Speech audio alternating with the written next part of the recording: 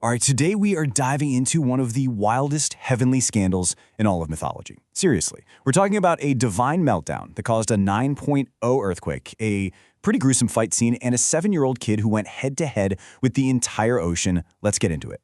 And get this, the source material we're pulling from frames the whole affair with this headline. It perfectly sets the tone, doesn't it? This isn't some dusty old legend. This is grade A heavenly gossip, and we've got all the juicy details for you. So our story kicks off with this 7-year-old boy named Nezha. It's a super hot day, and, like any kid, he just wants to cool off. So he wanders down to a river that feeds into the Great Eastern Sea to just splash around a bit. Sounds totally harmless, right? Well, you'd be wrong, because Nezha didn't just bring a toy boat. He brought a divine weapon.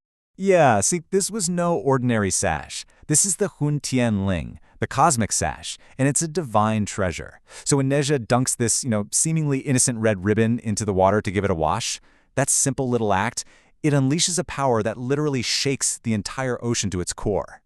And the result? It's a complete catastrophe. The Dragon King of the Eastern Sea is probably just, trying to enjoy his afternoon, when his entire palace starts shaking like crazy, as if it was tossed into a cosmic washing machine. Total chaos, and all because a little kid decided to do some laundry. So, as you can imagine, the Dragon King is not happy. He sends out one of his investigators to figure out what in the world is causing all the commotion. And this right here is where a simple noise complaint escalates into, well, what our source calls a workplace tragedy. The investigator, a sea yaksha, shows up and starts yelling at Nezha. And Nezha, he doesn't really like being yelled at. So he just casually tosses another one of his toys, the Chen Kun Quan, the universe ring. Now this thing is basically a golden, heat-seeking missile of immense power. The poor yaksha? Instantly gone. It's a classic case of bringing a pitchfork to a divine weapon fight. Now the Dragon King is furious. His guy is dead, so he sends his own son, Prince Ao Bing, to sort this kid out. Big mistake. The prince insults Nezha, they get into a fight, and Nezha just completely overpowers him. And then, in a move that is just wow, Nezha rips out the prince's dragon tendon, thinking it would make a really cool belt for his dad. This quote from the source just sums it up perfectly. It highlights how utterly brutal and one-sided this whole thing was. It wasn't a battle. It was a culinary performance. Nezha wasn't just defeating an opponent. He was preparing an ingredient. It's just as dark and shocking as it sounds. Okay, so his investigator is dead, his son is dead. The Dragon King decides to do the sensible thing. He's going to go through the proper channels. He's flying up to the Heavenly Court to file a formal lawsuit with the Jade Emperor himself, a civilized approach. But Nezha's not really a rules kind of guy. And you can just see from this timeline how quickly everything spiraled out of control. We went from bath time to first blood to a dead prince in no time. And before the Dragon King could even get his lawsuit paperwork filed, Nezha decides, nope, I'm going to go intercept him. So with a little invisibility magic from his super protective master, Nezha ambushes the Dragon King right at the gates of heaven. He beats the powerful god senseless, tears off his dragon scales, and then forces him to turn into a tiny little snake, which Nezha then just stuffs in his sleeve to take home. Talk about adding insult to injury. The humiliation was just total. At this point, the gloves are way off. The Dragon King manages to escape, and he's not coming back with lawyers. He's coming back for all-out revenge. And this is where our story shifts from this kind of dark comedy into a full-blown epic tragedy. The Dragon King of the Eastern Sea calls his brothers, the Dragon Kings from the south, west, and north. All 4 of them unite, and they gather the waters of the entire world, threatening to unleash a catastrophic flood that will completely wipe Nezha's home city, Chentong Pass, off the map, along with millions of people. So the Dragon Kings give Nezha's father a brutal ultimatum. Give us your son, or everyone in this city drowns. The choice is impossible. The fate of an entire city now rests on the shoulders of a 7-year-old boy.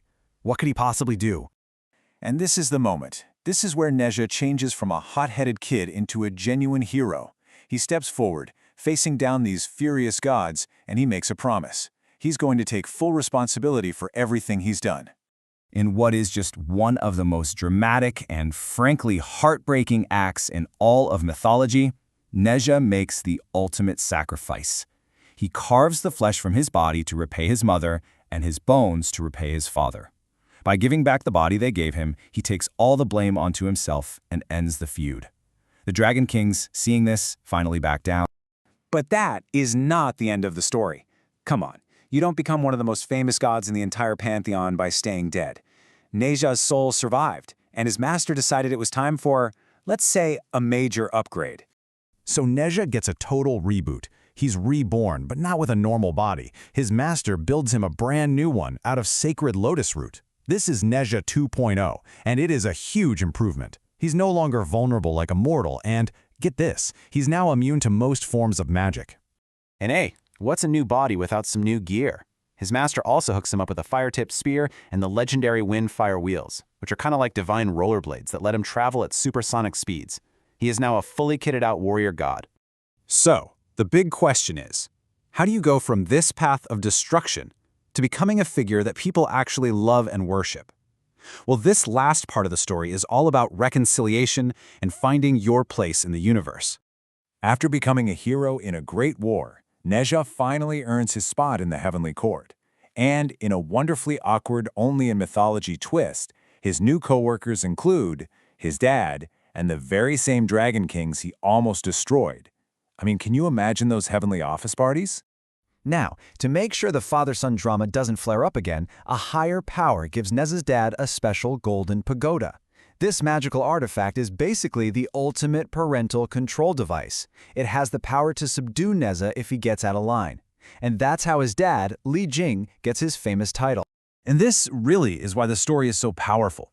Nezha becomes more than just a troublemaker. He's a symbol of courage against unfair authority, but also, crucially, of taking responsibility for your actions. And through it all, he still keeps this core of childlike innocence. He's this incredibly powerful god who, at the end of the day, still loves to play games. So, to wrap this all up, I'll leave you with this question. The story of Nezha really makes you think about redemption. Was he redeemed by that ultimate sacrifice? Or did his true redemption come from what happened next, from having the courage to be reborn and actually use his power for good? It's definitely something to think about. Thanks for joining me.